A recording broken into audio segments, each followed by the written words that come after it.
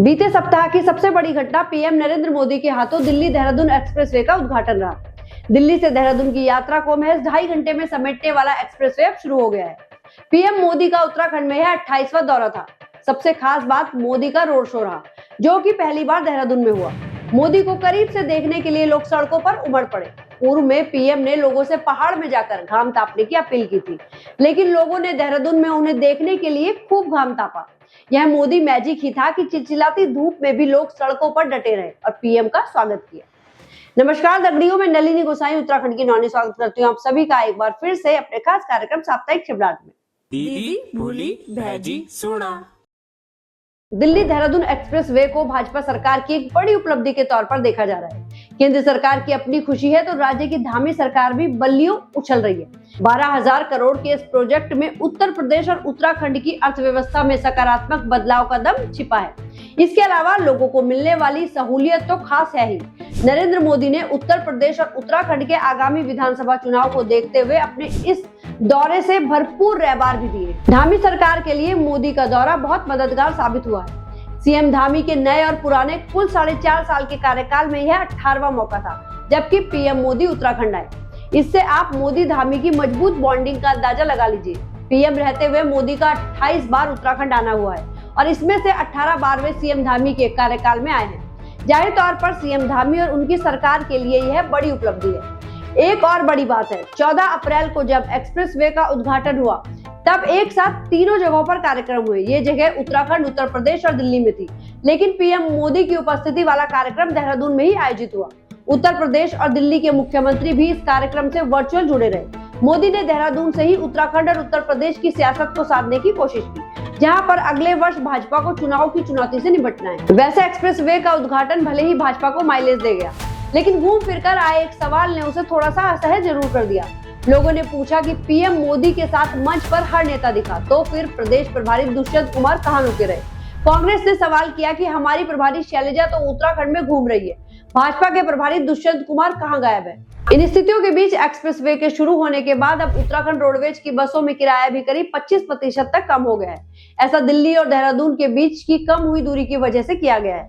पहले जहां ये दूरी 260 किलोमीटर थी, वहीं एक्सप्रेसवे के निर्माण के बाद यह घटकर 210 किलोमीटर रह गई है। एक्सप्रेसवे के निर्माण की जहां खुशनुमा तस्वीरें दिखाई दी, वहीं सोशल मीडिया पर कुछ अजीबोगरीब तस्वीरें भी वायरल हुई। अधनंगे होकर 2 युवाओं की बाइक पर सवारी ने सवाल भी खड़े किए।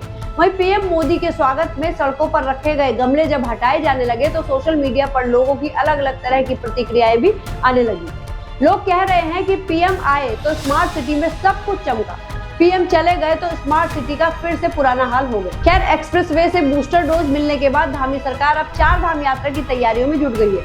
19 अप्रैल से यात्रा का श्री गणेश हो रहा है। सीएम पुष्कर सिंह धामी यात्रा की तैयारियों के लिए खुद ही ग्राउंड जीरो पर पहुंच रहे हैं।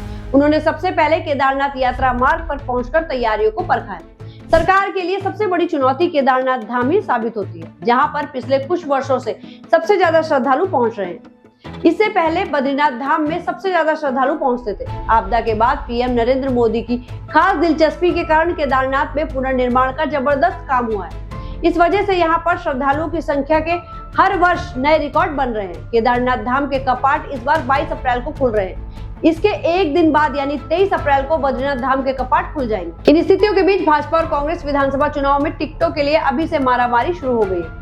पहले भाजपा की बात करते हैं। देहरादून के पूर्व मेयर सूरी सीट पर दावा ठोक रहे हैं। उन्होंने कैबिनेट मंत्री गणेश जोशी को खुलेआम चुनौती दी है। गामा का कहना है कि मसूरी सीट गणेश जोशी की नहीं है, यह सीट भाजपा की है और नए लोगों को अवसर मिलना चाहिए।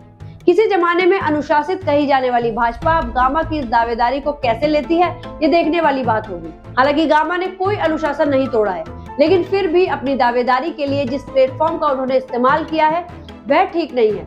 पार्टी फोरम के भीतर वह बात रखते तो ठीक होती, मगर माना जा रहा है कि सार्वजनिक बयान देकर गामा दबाव की राजनीति कर रहे हैं। कांग्रेस की बात करें तो वहां पर चुनावी सियासत से जुड़ी हरीश रावत की फिरकी से पार्टी असहज हो रही है। पिछले दिनों प्रदेश प्रभारी शैलजा ने उत्तराखंड प्रवास के दौरान हरीश रावत को नजरअंदाज किया। छुट्टी पर चल रहे हरीश रावत से वे मिलने नहीं गई, बल्कि हरदा ही उन्हें गुलदस्ता भेंट करने के लिए आई।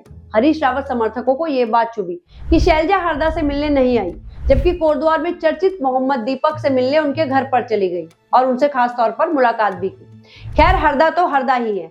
हरीश रावत ने इस सप्ताह अपने चिर परिचित अंदाज में पहाड़ी उत्पादों की एक पार्टी दी और अपने निवास पर कौथिग लगाया। कांग्रेस में राहुल गांधी के करीबी माने जाने वाले प्रकाश जोशी का इस हफ्ते हरदा पर हमलावर रहना भी चर्चाओं में रहा। उन्होंने सोशल मीडिया के जरिए हरीश रावत पर जमकर निशाने साधे। हरदा पर उनका तंज दिलचस्प रहा। उन्होंने कहा कि चोरों को भगाने के लिए खांसना तो ठीक है, लेकिन किसी के खांसने से लोगों की नींद खराब होने लगे तो यह ठीक नहीं। दरअसल अपनी एक पोस्ट में हरदा ने कहा था कि कुछ गलत होगा तो पार्टी के बुजुर्ग होने के नाते वह खांसेंगे जरूर। दरअसल कांग्रेस में वर्तमान में जो भी खींचतान चल रही है उसके केंद्र में रामनगर सीट है।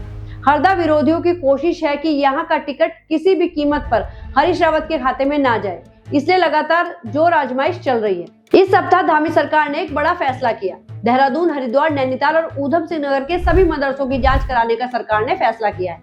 सोशल मीडिया पर एक वीडियो के वायरल होने के बाद यह फैसला किया गया है। इस वीडियो के मुताबिक बाहरी राज्यों से तमाम बच्चों को उत्तराखंड लाकर यहाँ के मदरसों में दाखिल किया जा रहा है। राज्य सरकार ने इन चारों जिलों के डीएम से कहा है कि वे सभी मदरसों की जांच कर रिपोर्ट पेश करें। जाते जाते सोशल मीडिया पर वायरल एक ऐसे वीडियो की बात जो कि पर्वतीय क्षेत्रों में स्वास्थ्य सेवाओं की दुर्दशा को जाहिर कर रही है। चमोली जिले के डुमक गांव में एक वृद्ध महिला की अचानक तबीयत बिगड़ी तो ग्रामीण उसे डंडी कंडी पर लिटाकर 8 किलोमीटर तक पैदल चले, तब कहीं जाकर महिला को हॉस्पिटल पहुंचाया गया। राज्य निर्माण की रजत जयंती पर प्रगति का ढोल पीटने वालों के मुंह पर यह वीडियो तमाचे जैसा है। उम्मीद है कि स्वास्थ्य सेवाओं की स्थिति को सुधारने के लिए ठोस प्रयास होंगे। इस वीडियो में बस इतना ही। यदि वीडियो पसंद आई हो, मुद्दों में दम लगा हो तो इसको अधिक से अधिक शेयर करना बिल्कुल मत भूलिएगा। बाकी मिलते हैं अगले साप्ताहिक चिबलाट कार्यक्रम के साथ। तब तक अपना और अपनों का ख्याल रखिएगा। धन्यवाद।